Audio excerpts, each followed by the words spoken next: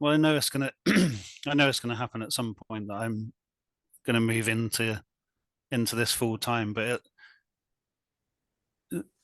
the bigger vision that inspires me is leading by example and teaching, not teaching, but showing younger generations that they can become an artist and it's a viable career. Hey Dean, how's it going? There he is. Steve Light, how are you? I'm very well, thanks, man. How are Been you? a long time. When was the last time I saw you?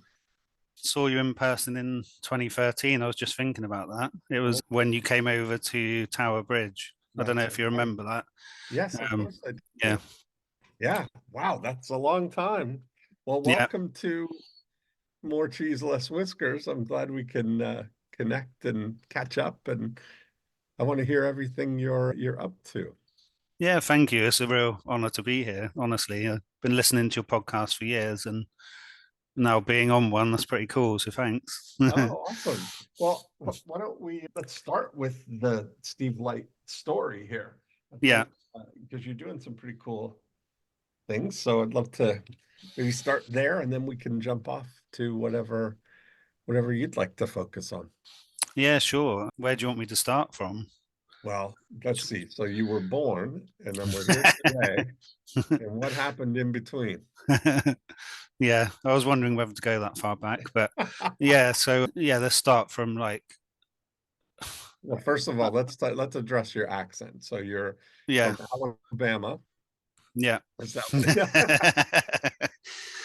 I'm from the west of England, so I lost my accent when I met you. I moved to London, it kind of got rid of it. But I'm towards Bristol, which is the west side. I'm in a place called Swindon, and when I was younger, I had a stronger accent. But yeah, when speaking of that, when I was younger, I was a really shy kid. Loved drawing a lot because I kept myself to myself. Spent hours just drawing, copying out of nature books, making up Nintendo. You'll remember Nintendo Entertainment System Of course, yeah. back in the day, drawing, like making video game covers and stuff like that. Oh wow. So it was my way of kind of getting away from the world and kind of what I now know as the flow state, just being really engaged. So yeah, I was really into drawing. And then fast forward a couple of years later, I was studying just before college, so the level just before college, and my art tutor wasn't very supportive. And he told me I can't draw large scale. We're doing this large scale drawing project on like massive pieces of paper. Hmm. And he said that, and I just I was just really annoyed, and I dropped out of his class, and yeah, didn't do anything for 20 years. Wow. Isn't that amazing how Yeah, words can have a thing? I mean, that's let me I ask you, know. are you Banksy? I can't really You can't say say either way. Huh? You're it. right. That's so funny. My Yeah, only thing about that, you said Bristol, and that's yeah, I was at the Hotel de Vin in Bristol yeah. there. It's great. But I saw Oh, cool. all these original Banksies in the place. That's where he's from, right? Is that Yeah, yeah. yeah. So Bristol's got a lot of street art. It's kind of it brings a lot of tourism there. But Mhm. I think Swindon, you've probably never heard of Swindon. A lot of listeners won't have, but it's kind of a railway heritage town. So they built the Great Western Railway. They had like the main hub there, so it was quite bustling back in the day. But now it's kind of there's not much here, and there's no really focal points for tourism. But that said, there's been quite a street art boom. So I started doing some murals. I never done a mural in my life, and then I just decided to give it a go. Yeah. And then I painted Swindon's biggest mural with a group of artists on the side of this tailor's. So it was like a big wall with some graffiti on. I'm not against graffiti, but it was just like the wall was a bit run down and it had a few tags on it, and it was a bit of an eyesore. So we painted, there was 10 of us and we painted like one section each. And the response from the local community, they were like, people came up to us crying, which we didn't expect. Like they were Mm. saying, thank you. We walked past this going to work and it brightened up our day. And that's one of the things I love about art. Especially public art as well. You don't have to Mhm. pay to go into a gallery. You can just see it on the It's streets. amazing the transformative, what the transformation that art can have just in a community. So I live in Winter Haven, Florida, Yeah, and there's, all throughout town, there are these large public, mural type of things that are just beautiful, some of them, and yeah, it's amazing. Some of them are subtle and but they just have a really neat effect on the way you feel about the environment or elevates things. absolutely. Yeah. And especially like a town in Swindon, like I say, it's an old industrial town, and it's really beautiful because it's in the countryside, and you can drive for 10 minutes and you're out in like the absolute sticks. Mhm, So all the street art that's been appearing, like when we did this mural, there was a bit of a street art boom after that. So we had Swindon Paint Fest for the past couple of years. So we've had artists from all over the country come into Swindon and put their mark on different walls. Different shopkeepers and people who own the buildings let us use it as a mhm, blank canvas, and there's been so many popped up in the past 2 years. mhm. So I'm hoping it's going to bring more people into the town to see that. So yeah, it's been pretty cool. I love it. Yeah. I went to a Banksy exhibit in Amsterdam, Oh, and, nice. and then the next summer I was in Toronto, and the exhibit was coming to Toronto, and somebody stole a Banksy from the exhibit. Just Oh, no way. walked in, took it off the wall, and walked out. And it's one of my favorite moments ever, because on where I was in Yorkville, there was a billboard that was promoting the Banksy exhibit, and it was like, 79 original Banksies or whatever. And I took a picture of it, and with my, photo editing thing, I scratched it out and put 78. I thought, somebody quick, come over with a ladder and we could do this on the real billboard for Oh, it. brilliant. And You it would should have have been done it. funny because it's so appropriate, that for a guy whose main thing is, graffiti type stuff, he would totally have to approve of that. Yeah, he would have loved that, I would imagine. Yeah. Yeah, very funny. So how does that, what are you doing now that you're, So a bit more about my history. When I met you in 2013, I was doing a bit of freelance web design, so I've got a background in that as well. And also, I was running anxiety groups in London. So what when I I come to remember is that. yeah, when I come to meet you, I wrote a short book called The Influential Introvert, part of your marketing program. I never did publish that actually. It's still on my Dropbox, but I did publish another book called Social Anxiety Inside Out in 2013. So you definitely inspired me from going through the whole process and getting it down. And then, even though I didn't publish the one we worked on, I published another one. So that's, yeah, I haven't really promoted it, but it's sold a bit, and it's just nice being out there in the world.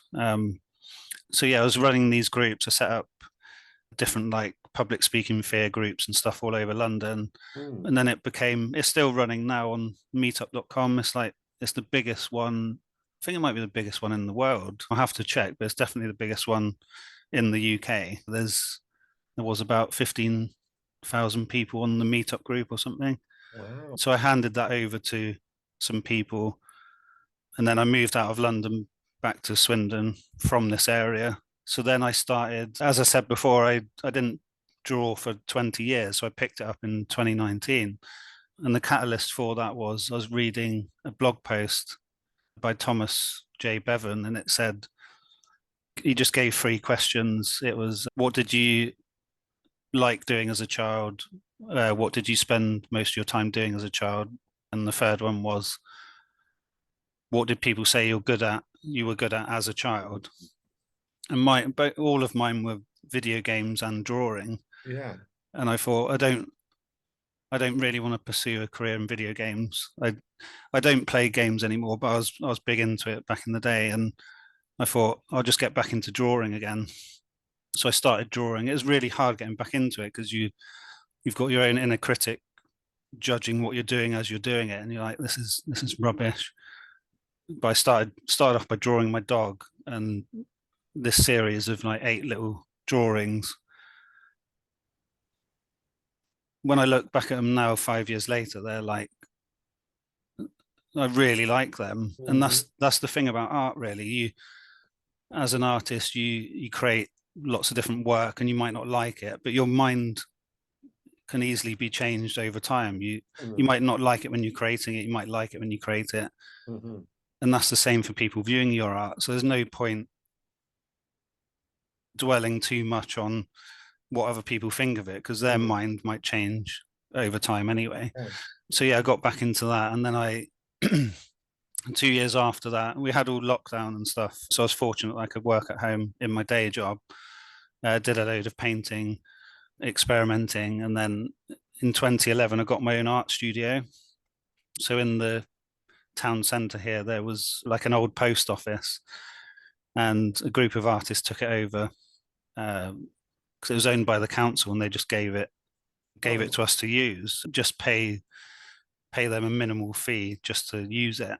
Mm-hmm. So I think there's about 25 artists all in this area in the center of town. We've all got our own separate studios, Wow. and it's really cool. And it's since when I got my studio, I was thinking I want to pursue this as a career. I'm working a day job in doing kind of web stuff and everything. And over since 2021, started having exhibitions. I've had work sent over to Germany, had a few exhibitions in London, and yeah, I think I've probably had about 25 different exhibitions over the past 3 years. Mm-hmm. So I've really kind of, don't want to use the word hustle, but it kind of feels like I've been pushing myself to get my work out there and Mm-hmm. do different exhibitions. And it's quite hard at times if you don't sell any work, because you put all this effort into it, You're right. and people come along, might not buy anything, they might enjoy it, but it's yeah, it is tough. But Mm. I've got this urge in me to continue to pursue it until it becomes a full What kind time of thing. style? What's your artistic style? Who would, or what kind of, how would you describe what you do? In a tongue in cheek way, I like to say I'm the modern Jean Dubuffet, who was a French artist who I compare myself to him because he actually started when he was 40. Oh, No, 41 actually, and I'm 41 now. I started a bit younger, but he was self-taught. He made his own curriculum. He learned philosophy, read different books on art and art history and stuff like that. And yeah. he's got kind of a naive outsider style. So it's not. I have to send you a link to his work afterwards, but it's kind, I guess, childlike. I guess I like to see myself as an outsider artist, so I paint. Just to explain, outsider artist traditionally means you're not formally taught, so you haven't done an art degree or a master's degree, so you're self-taught basically. So my style is I call myself a figurative expressionist. So it's Oh, I got basically it. Yeah, yeah. Okay. I paint figures in an expressive way. So it's always around stuff that's going on in my life and in my inner world, and I like to explore death as well, not in a morbid way. But have you heard of the philosophy memento mori? Yeah, it's viewing death in a way, we're all going to die, aren't we? It's a inevitable fact, but we put it to the back of our minds. But Yeah, memento mori is kind of appreciating. Oh, you've got him up on the screen. Yeah, got him up on the appreciating your screen. Yeah. life and living it to the fullest, basically. Yeah. So I love these colors, yeah, this kind of stuff. This is like a brighter. Hey, this one here reminds me of who was the Andy Warhol's friend in New York. He's become really popular. what, not Keith Haring or No, Basquiat? well, it is kind of Keith Haring-like, right? Like the color, Yeah, the graphic elements of it. That's kind of Keith Haring-like. But not Basquiat, Jean-Michel Basquiat. Basquiat, yeah, yeah. Yeah, These ones over here kind of, but they're brighter, not as dark and yeah. imposing. Yeah. Okay, so I get a sense of what the vibe is then. That's pretty, yeah, the big scale. Do you do big scale things like this? Not, I haven't done that big apart from the mural stuff, but I'll send you, if you go to type in slart.me, you can just Okay. Oh, have a this quick is look. yours. Okay, yes. Yeah. Art. But yeah, an interesting thing about Jean Dubuffet, he was actually an inspiration to Keith Haring and Basquiat. Oh, okay. So that's great. Yeah. Look at So me you, picking that yeah. out of some people. So you see the influence, like the kind of doodly style of Keith Haring from Yeah. that, and you see Basquiat's Uh-huh. influence. So if you go to artwork on there, Hey, there we go. you Wow. can kind of see. Yeah. I've got most of my stuff on there, so Yeah. I Very nice. documented my journey of yeah, I did a nude painting. I'll say a bit about that quickly. It's I saw this guy's work called I've forgotten his name. It'll come to me in a bit. This artist did a lot of nudes of himself where his Uh-huh. penis was strangling his penis was extremely long and it was choking him. And I got really pissed off by it. It was like I don't know why I was triggered. It was really weird, and I was triggered by it. And then I decided, oh, I'll paint myself because Oh, wow. I've had body issues. I've just been overweight all my life, basically from childhood, and I thought I'd just face up to it with painting a self portrait and going through that the process, looking at myself, kind of projecting this Hmm. in a kind of feeling of myself on the canvas, and then looking back at it afterwards was quite cathartic. So a lot of my work is cathartic around That's a really my interesting, expression. like that's right in my style. We'll take a little Mm. tour. I'll show you my in my dining room. I have a piece called Men on Forks Oh, nice! I love that. done by yeah, so it's big. I mean it's 10 feet by Is that something. one canvas then, or was that No, four? it's four. Yeah, four on on wood, not on it's not canvas. They're on Yeah. yeah. So that's like what was it? A triptych is Yeah, so three. What was it for? Yeah, I whatever don't know. four is of that. Yeah. So it's along the bottom, it says, do not go gentle into that good night, along all four of them. Yeah. Yeah. Oh, that's cool. So I Yeah. do I love art. Like it's really as interesting as we have the conversation, like I'm kind of fascinated by the whole thing. Like art, Yeah. like music.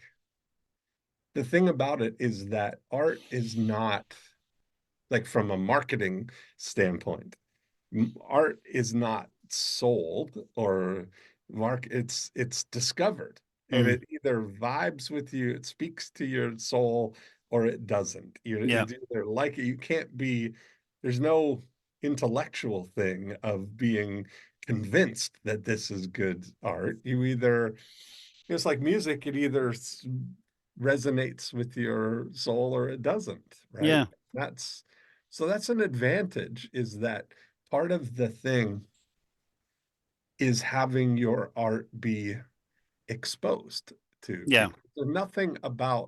There's nothing qualitative per se. There is a little bit, but not some of the artists that sell for the highest selling artists are not really, it's not because of their artistic ability per se, Yeah. right?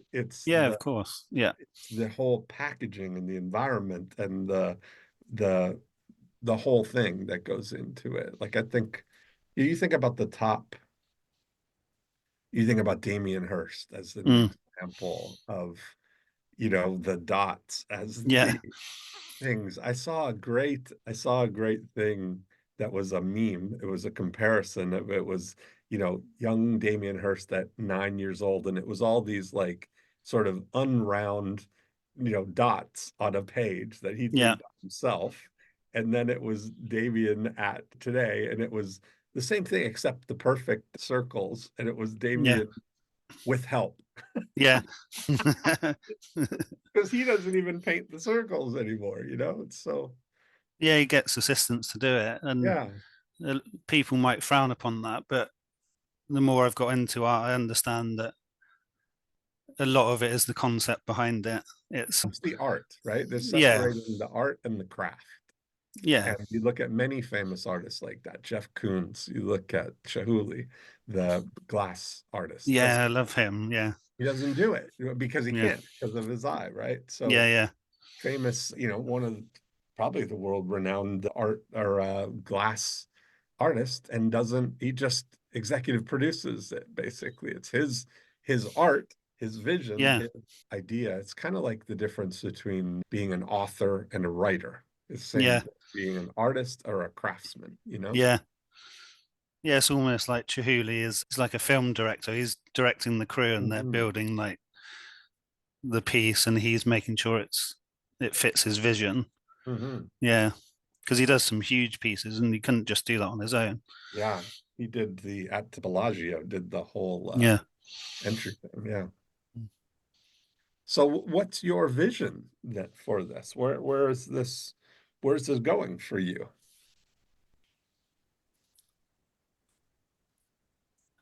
Good question. Well, I know it's gonna I know it's gonna happen at some point that I'm gonna move into this full time, but the bigger vision that inspires me is leading by example and teaching, not teaching, but showing younger generations that they can become an artist and it's a viable career because Hmm. it's like so many there's not really like if you want to be a doctor or something like that, there's a proven path that you have to follow to become a doctor and then you can specialize. But with becoming an artist, even if you do a master's degree at a good university, not everyone becomes a top artist, let alone an artist that can support themselves. So it's Hmm.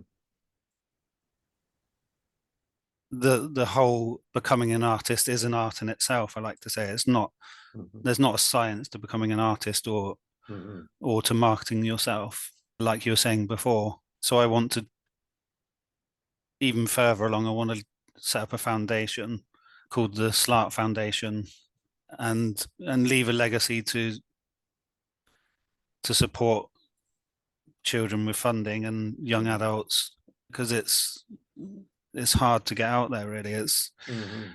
and I just want to do bigger and bigger pieces and being the big galleries and stuff like that as well. Because I've been torn between living a kind of quietish life and just painting in my spare time, but there seems to be a pull towards like doing it as a career, and I can't Hmm. I can't shake that. It seems more of a kind of calling, and I guess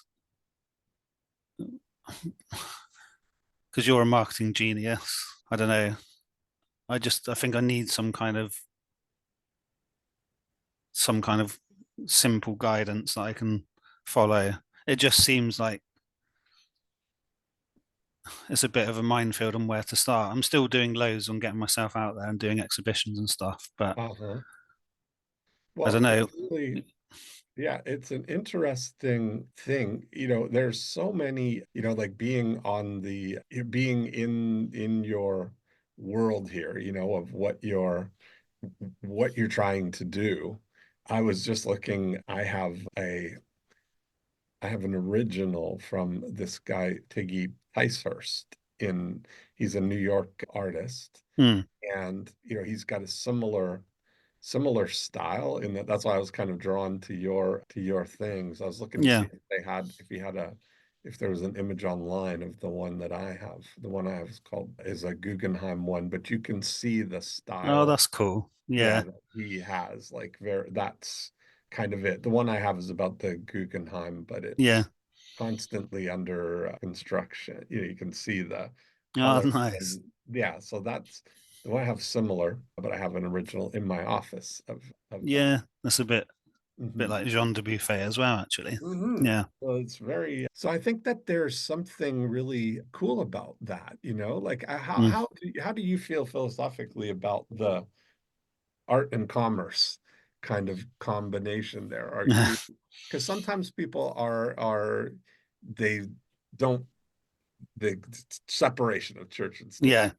They Yeah. don't like commercializing Oh, absolutely. No, I'm not one of those artists who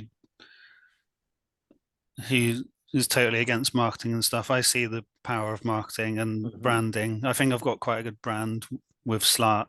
I've got, Mhm. yeah, I've definitely got strong branding, and I don't particularly enjoy the idea of creating a specific commission for someone, but I'm definitely open to marketing my work. I'm fine with that. And that's it. So I Um, wonder what would be like, I look at the, I wonder, especially in brands, like I think if you look at fashion or personal brands or, up and coming, that so much of interpreting that whole vibe could be totally supported with art that is, mm, like I think about, I remember hearing a story years ago when Braniff Airlines was getting started, that they hired an artist to make, create the whole environment, like mm. surround the whole thing in art, basically, like chose Oh, the nice. colors for the planes and the interiors and the uniforms and the artwork Mm, around the thing.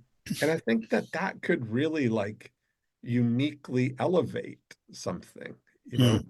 but it's a fine line of going into like commercial art in that kind of a way. Yeah. Do you afraid or feel like someone who goes over to that side is like betraying the other side, the artistic side, or Oh no, definitely not. I'm open no? to stuff like that. I think I've learned that it's okay to do both. It's the weird thing is, well, it's not weird, but I'm doing a day job which is okay. You know, I can do it, and it's Hmm. fine. And then some people might say, "Oh, I'm not going to create a piece for someone commercially." But the way I look at it now, wouldn't it be better if I'm still creating something and getting paid for it rather than doing a day job, which is Right, kind of okay. Do you know what I right. mean? It's like surely that's 100 times better than Yeah. yeah. So I'm definitely open to any kind of avenues because I can still create the art I want as well, and Hmm. then that kind of takes the pressure off. But yeah, I feel like I a few people have advised me to stick to my own style because I'm sure a lot of artists experience this. You look at all these amazing paintings and they're like modern day Renaissance paintings, hyper Hmm. realistic and amazing lighting and stuff like that, which is cool. And they're amazing painters, but I have no inkling to want to do that or have any enjoyment in Realism. learning that. Yeah. Yeah. So Uh, I have a designer that works with me who is an amazing pencil artist. Like, but he's photo realistic. Like he yeah. take a picture of something, he can completely recreate it with pencil.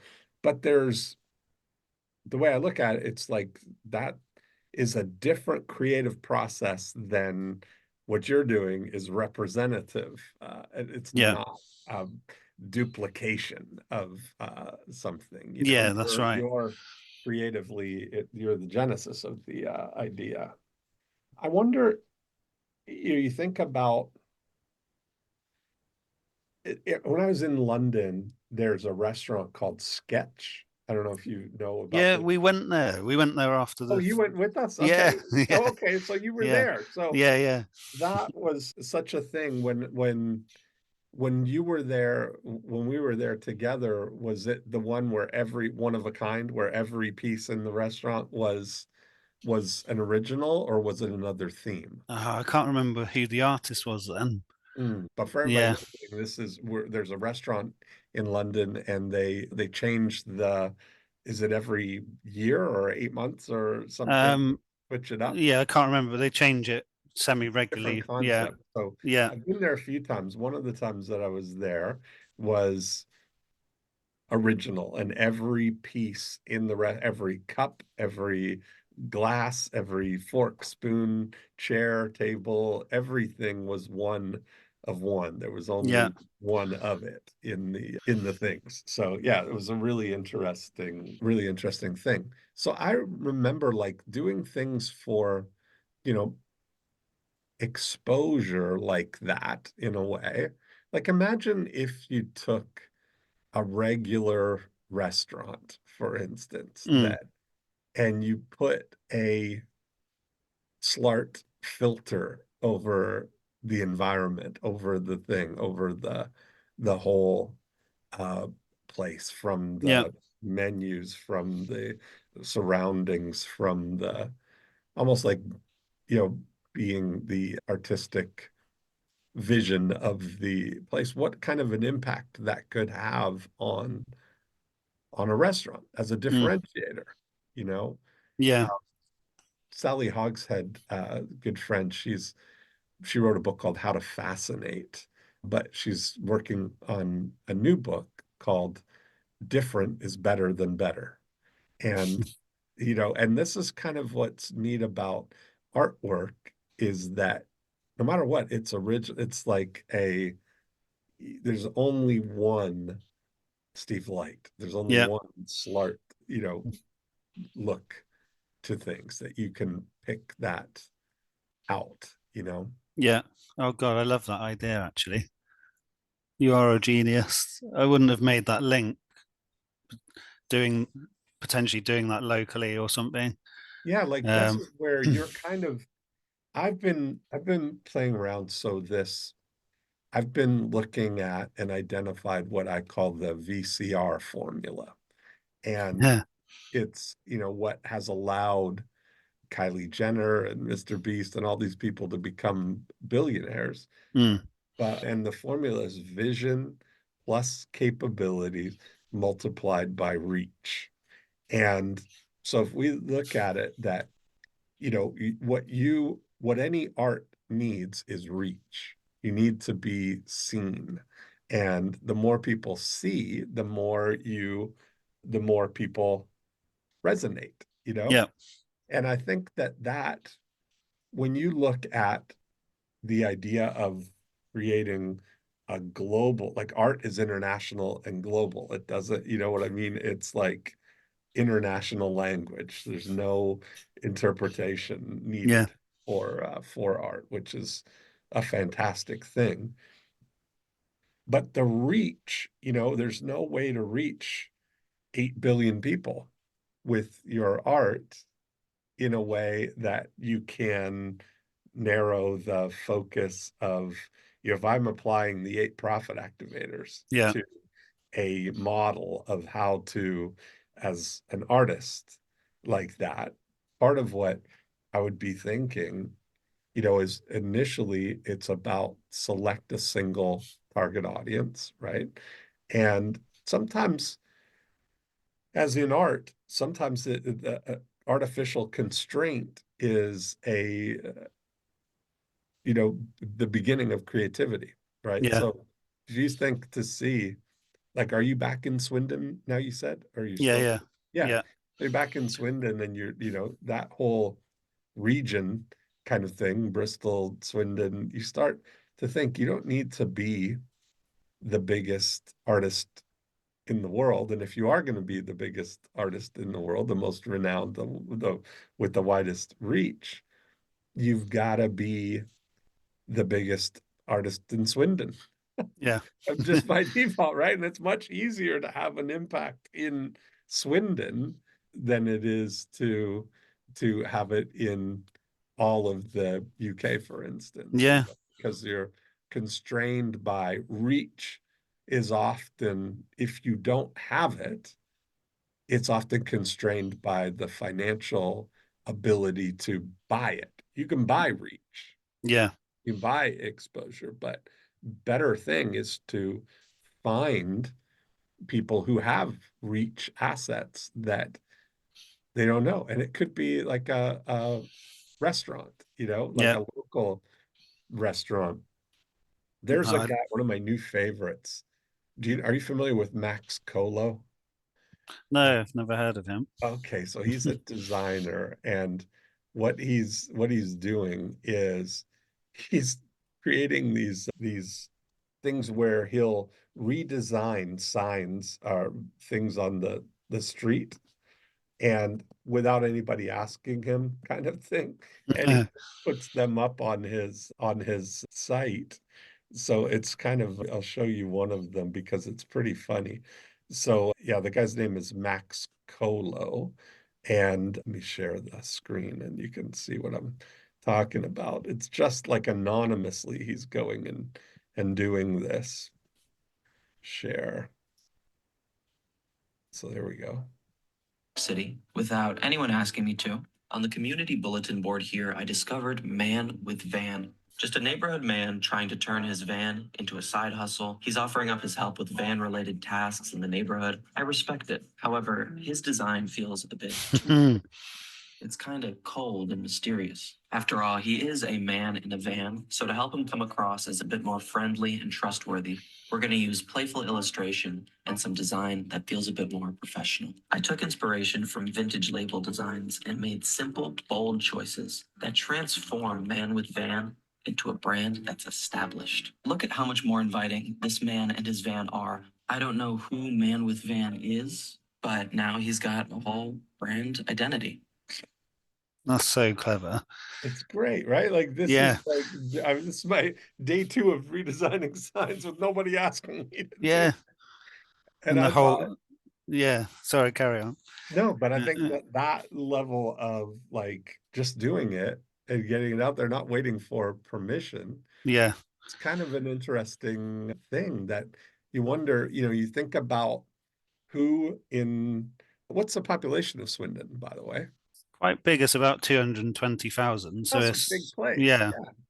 yeah, So, you start to look at that as who's got reach there, where yeah, where are all of the people, that's kind of and looking for opportunities to, exchange those things, like putting, if you look at what your art is, how many people are there like you in Swindon, would you say? Is there an art scene in Swindon? Is yeah. there There is one. God, it's hard to say. I would say a couple of hundred. There's probably more, but from who I know, like in the kind of people I meet and Well, even everything at at your art studio, events, there's yeah, there's about 25 at the studio, and right. then yeah, there's a good community, yeah, and a lot of artists make use of exhibiting in pubs and stuff like that. So it's unfortunately it's not an art gallery there now. It closed down, and they're reopening inside the council offices, which is Mm. I find bizarre. So they've got like £1 million Lowry picture. Lowry's another one who inspires me because it's kind of like sort of like stick figures. He documented like northern working class scenes and stuff up in, I can't remember where it is, near Manchester.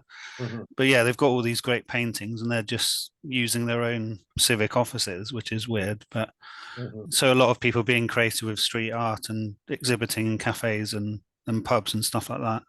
But I had this idea. You see, like we were talking about before, you see street art on walls and it's just paint on walls. But what I mhm. wanted to do was have a framed art exhibition outside, Mm, which is there permanently. So it's like wooden frames fixed to the like drilled to the wall and like have a yeah, row. right. So that's something. Yeah, that's something I am going to do. It's just one of the ideas I've written down, like something that will catch people's attention, and it's not the usual kind of street art, but it's like combining gallery and street art, literally. Mhm, mhm. Yeah. And that's kind of the thing that I bet if you just look around Swindon, there's probably those are what I would call reach assets, right? That there's Mm, probably a lot of those things that there's probably a lot of blank walls mm, that would be perfect for that, yeah. and it's kind of an interesting thing whether you did it kind of part of what might be an interesting thing is creating a collective, like you think about back in the day, in Paris in the 20s, there were the group in Canada, there was the group of seven. And Yeah. you start to think about a collective of these contemporaries that maybe you collectively get together and create those reach assets, and your stature individually goes up as the group goes up. Yeah. That's funny you should say that, because when we did this mural, it's around the corner from me actually. We called ourselves the Redcliffe Collective. So it was a couple of people I knew from the studio, and then we put a message on Facebook to get local artists that we knew between us, and we all joined together and painted this. So it's called Redcliffe Collective because the street is Redcliffe Street. And we got on BBC News and stuff, which was really cool. We contacted Points West, which is a regional news program for all of the Southwest. So it'd be kind of cool, like doing something a couple of years later as a collective and saying that it was us who did it. I think that'd be quite cool. Even if not everyone joins, we just get a piece from each of us and put it out somewhere. Yeah, I think that would be quite cool actually. Yeah. Yeah, because that I think is where that's where the thing comes up, is that you look at, I mean, this is going to sound weird, but I don't know if you're a hip hop fan, but I mean, if you follow Yes. the Wu-Tang. Yes, Wu-Tang Clan, one of my favorites. Yeah. So you think about Wu-Tang Clan was really a hip hop collective. Yeah. And that's kind of the whole way that they approached that, was realizing that they can get notoriety as a group and then individually out from that foundation, and that's kind of, I don't know, there might be an interesting, did you see the Wu-Tang documentary? Oh no, I haven't seen that actually. No. Okay. Is it good? It's very good. And I think if you were to look at it, watch it with a collective approach of thinking, because all these artists, they're everybody in the collective in Swindon, in all parts of the world, that are trying to think about how they can make a mark in the art world, or make the leap to at least having art be their livelihood and their life kind of thing. Yeah. There's an opportunity there to put yourself in the position of organizing the collective. Everybody's waiting to be selected for somebody to take they think there's somebody that has to appoint me to this position, but all art is self-appointment. It's really, there's nobody stopping you from doing whatever you want. Just your vision is what's the limiting thing, is vision and belief. That's kind of the thing, because you've got the capability, you've got it. So it's really just a matter of, that's why, in the past, it was really, there's a lot of parallels to art and music, in that in the past there was kind of the gallery system, that you had to get in a gallery, that somebody shows your work so that you get aware, that people are aware of you otherwise. But it feels like there's an opportunity to take that in your own hands now. Yeah, that is so true. People don't rely on the big record labels, and artists don't rely on the main galleries and stuff now. So yeah, there is so much opportunity. I just imagine too, with music is a similar thing, so complementary and so different. Music and writing, you think at all the arts, music and writing and film and all of those things, to what extent that you can organize that collective. Like, it would be very interesting. Think about the impact that you could have on a band that is starting to try and break into the music world. They're only, the more multi-sensory things can be. Yeah. I think there's some real, that's an interesting thing of it having some multidisciplinary things in the collective, right? Where Yeah. the combination of it, like you look at getting your artwork associated with an artist, because so much of what brings the tone of how you approach music is what the cover art or the badge looks like, Yeah. or the single, or what the band's aesthetic is. It's an advantage for bands if they don't have it, that's an opportunity for you, Yeah. I think, in that collective, right? To be Yeah. able to align with who would be the musical, what would be the sound of your art if it had a sound, right? What would be the vibe? What kind of music do you listen to? Well, Or are I'm you a inspired big by? What's fan. on your playlist while you're creating art? I listen to a lot of hip hop, Yeah. 90s hip hop. Wu-Tang's my favorite, Yeah. Tupac, Snoop, and all that, Uh-huh. the usual. But I also, a lot You of know the what's time, I'm funny listening is to, yeah. who lives in Winter Haven here now is Damon Dash. Oh, really? So where I do my studio stuff, that's where his American New Studios is. He bought or is buying the studio where I do all my stuff. So I see him in there all the time. Oh, nice. Right here in Winter Haven, Yeah. hip hop royalty. Yeah, I also listen to a lot of Devo, which is, have you heard of Devo, 80s? Of course. Yeah, Yeah, yeah. yeah. I've only discovered them like a couple of Whip it. years ago. Mhm. Amazing. Yeah, Whip It and B-52s as well. Oh, wow. Loving them. They seemed, I got a playlist between the two bands and Yeah. they seem to really fit together. Yes. And Keith Haring used to listen to, one time he listened to Rock Lobster on repeat for like 6 hours or something when he was painting. I don't think I could quite do that, but Right. but yeah, I love these ideas. They're more up my street than just kind of hoping for the best with things and like, Yeah. I don't know, because like I said, I set up this mural project and there was this blank wall and I made that happen. I got the funding for it from the local community. It didn't cost a lot of money, had a buzz around it, and that I enjoyed every minute of the whole process. And I feel like I need to look at other ways where I can apply this locally. And the restaurant thing is really cool because I can design things as well, so I can make all the menus, and it's not going to cost the restaurant very much as well, and it will have a big impact locally. And yeah, I think that would be cool. Yeah.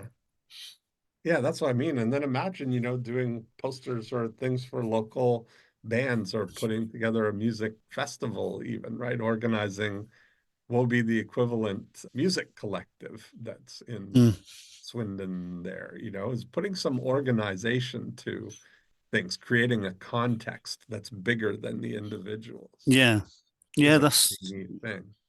yeah, that makes me think. I don't really know any local bands or anything, so it gives me an opportunity to look into that because I'm sure there's some awesome people about. That reminds me, there was one guy, this guy called Lee Knott, who's played at Glastonbury last year. He's done quite well in his career, and we actually painted his suit, which he wore at Glastonbury. So he wore this old like pinstripe suit, and the Redcliffe Collective painted him. He wore this gas mask, and we just like spray painted him all over. That was quite a cool thing. Little things like that, like recording that and putting it on Instagram and stuff, like the guy did with the man in the van thing. Yeah. Just little things like that, making the most of the local town. And yeah, like you were saying, there you can be the best artist in the world, but make a mark on where you are first. Yeah, that's exactly it. Yeah, it just really inspires me because there's a lot of opportunity here, and it's not like if you're going to London, it's kind of massively competitive because there's obviously a lot more people, and there's a lot more people who have studied art, and it seems like there's this kind of wide open here a bit more. Yeah. And I think that's it, right? Is not looking at, like, I think embracing this intersection of art and commerce is a great place to come from, as opposed to really positioning in a way that requires patrons, or that it's like coming from a patron of the arts type of thing is Yeah. not, it's, you know, yeah, it's a different come from, but I think there's something to really use and understand the advantage of that really great art can bring to really great businesses and Mm. really great things. It's what makes the really great businesses great, is Yeah. often their artistic aesthetic, Yeah. Yeah. Yeah, absolutely. Yeah, I love that idea. And their sketch as the case study, isn't there? It's like, Yeah. what more I don't even have to prove it. They've got a top London restaurant that, Yeah, like if you're is somebody as a it almost like elevates things. It allow like a chef, especially if you go like going in that Michelin star world of trying to be a mm, world renowned chef, that part of it is the food in many cases has to stand alone, but the mm, ones that really rise to the top, if you really look at everything, it's the whole aesthetic around everything as well. It's not just the food, yeah, it's the whole experience of the food, which is yeah, the location and the architecture and the surroundings and you know I think that kind of stuff is really artistic expression mm, at its best level. I think there's the most opportunity for artistic expression within commerce than yeah, outside. yeah, absolutely. It, yeah, it's made me think getting the commerce side sorted in terms of my website and everything, and then going to do work on these community based art projects is something I really enjoy. And then Mhm. I'm not having to sell to anyone. People might see my work in the restaurant or, That's what it is. yeah, and then You buy it just need off to me. be It's like, exposed to yeah, people, right? And yeah, I think that's amazing thing. If I look at Swindon, if I look at it's so inexpensive to mm, put art out to do even on Facebook as an yeah, example, to just put a bubble around Swindon yeah, and to have imagine pairing the collective art with a local song, like with a song from a band, uh, and just having it on a exposure loop around, to build an audience on Facebook. Because yeah, it's like $2 or $3 CPMs, meaning, for two or three, you know, you're getting in front of people for, you know, 2 cents or yeah, less, 2 cents for an exposure. To have this music, but having art on a kind of, display mm, uh, as you go, dissolving into the next one, into the next one. It's kind of like a roaming gallery. That's something that I think could be a really interesting thing. You can build an audience of people who watch the whole thing, and what a great exposure yeah. No, I for love that. Mm, yeah. And that's very inexpensive, right?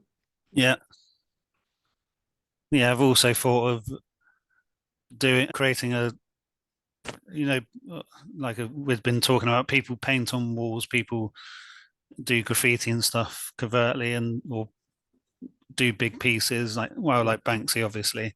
But I thought of the idea of creating some kind of statue. I like the idea of fixing a statue to the pavement so it's permanent, and then Mm. documenting that. I Imagine really if you like that went idea. around town, if you went around Swindon Yeah, and found these places that would be perfect for the frames that you're talking about, yeah, the things you could put together a walking tour or a yeah, driving tour of all of the spots. mm. You know, another artist I really love is Tom Sachs. Are you familiar with Tom Sachs? No. You're going to love him. He's fantastic. Yeah, Sachs, Tom Sachs. But sometimes, I don't know, I just have I love that pure creativity. Where is he based? Is he American? Or... New York. Yeah, he's yeah. Yeah. So, all right, well, how did all this land? Talked about a lot there. What are your thoughts on? Well, it wasn't quite what I expected. I imagined we'd go through the profit activators and stuff, but it's actually worked out better than I expected. So, because like you said, it's not the same as offering a service like an interior designer or something. It's very different, and the ideas you've shared with me and just chatting with you about art and stuff has been brilliant. And you seem to know your stuff. Not that it's about knowledge, but you have an appreciation of art. I do have yeah. And I'm excited about trying these things out, and it's taken the pressure off. Like, I've signed up to courses, like you've probably, well, I don't know if you've seen them on Instagram, like there's so many popping up about how to sell your art now, and you go through a series of like training videos, and it's just find it really boring. And I'd rather be creative with the promotion of my art as well. Absolutely. That's part of the excitement of it. So yeah, I'm gonna what I'm taking away from it is this restaurant idea, taking it from sketch, thinking of maybe a restaurant that's kind of struggling to get people in a bit, making a kind of mutual beneficial thing that's creating a buzz and helping the local community and stuff like that. And it's just got me thinking more about not trying to directly sell my artwork, but have it there available, so if people want to come and buy it, they can. Sell itself. That's the great thing about art, is you just need to get it seen.